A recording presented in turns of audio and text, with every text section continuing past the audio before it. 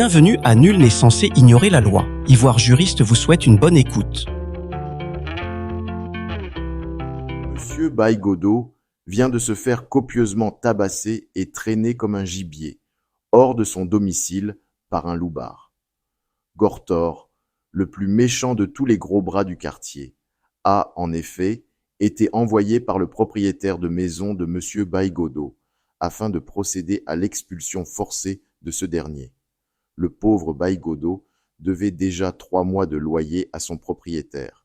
Ayant perdu son boulot, celui-ci n'arrivait plus à honorer son obligation de payer ses loyers. Monsieur Baïgodo, blessé de partout avec plusieurs fractures, est très mécontent de cette manière avec laquelle il fut expulsé de l'appartement qu'il louait. Il se rend donc au commissariat pour porter plainte contre le loupard et son propriétaire de maison. Car le locataire violemment mis à la porte estime que la procédure d'expulsion n'a pas été respectée par son propriétaire. En plus de demander réparation au commissariat pour agression physique, M. Baïgodo veut également intenter une action en justice et demander des dommages-intérêts. Aura-t-il gain de cause? Devant un tel cas, que dit le droit ivoirien?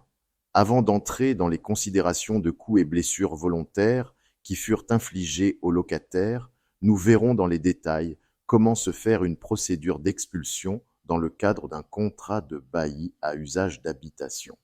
Ivoire Juriste, votre cabinet juridique de confiance, propose du conseil juridique, de la formation continue et un service de veille juridique destiné aux entreprises et cabinets juridiques en Côte d'Ivoire. Le bail à usage d'habitation, dans le jargon juridique, désigne les consentements du locataire et du propriétaire de maison qui veut mettre son logement en location. Les consentements des deux parties doivent être passés par écrit. Donc le locataire et le propriétaire doivent signer un contrat. Comment expulser un locataire qui ne paie pas ses loyers? Voici les 2 étapes à suivre pour l'expulsion d'un locataire mauvais payeur. Étape 1. Adresser obligatoirement une lettre de résiliation au locataire.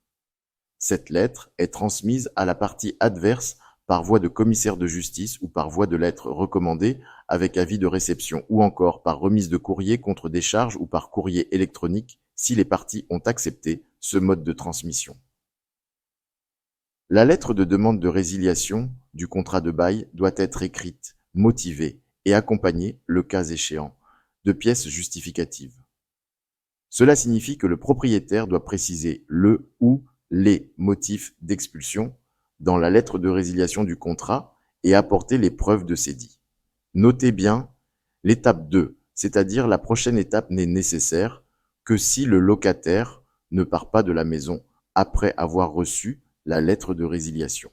Mais dans la pratique, l'envoi d'une simple lettre adressée au locataire n'est pas suffisant pour le faire partie, d'où l'importance de l'étape 2. Étape 2. Assigner le locataire en justice. Ce n'est qu'après la réception ou la remise de la lettre de demande de résiliation que le bailleur est fondé à assigner son locataire en justice, c'est-à-dire à convoquer le locataire par voie de commissaire de justice au tribunal. Et ce n'est qu'à la suite d'une décision de justice ayant ordonné son expulsion que le locataire peut être expulsé de force par la police.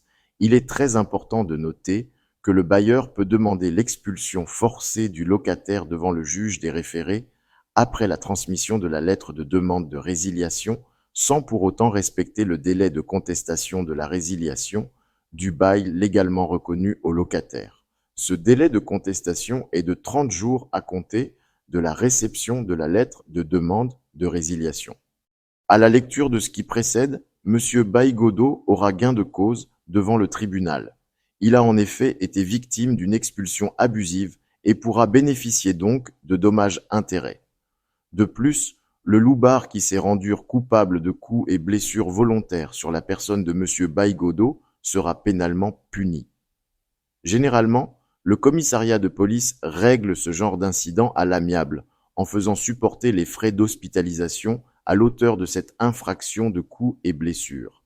La sanction peut toutefois être plus sévère et conduire à l'emprisonnement selon les cas de gravité des blessures ou de circonstances entourant les faits. C'est ici que prend fin ce numéro de Nul n'est censé ignorer la loi proposé par votre cabinet juridique de confiance Ivoire Juriste. N'hésitez surtout pas à nous contacter pour des conseils ou assistance juridique. Vous pouvez également nous confier la gestion locative de vos logements et immeubles. Contact +225 07 78 33 80 98 ou 01 41 43 89 61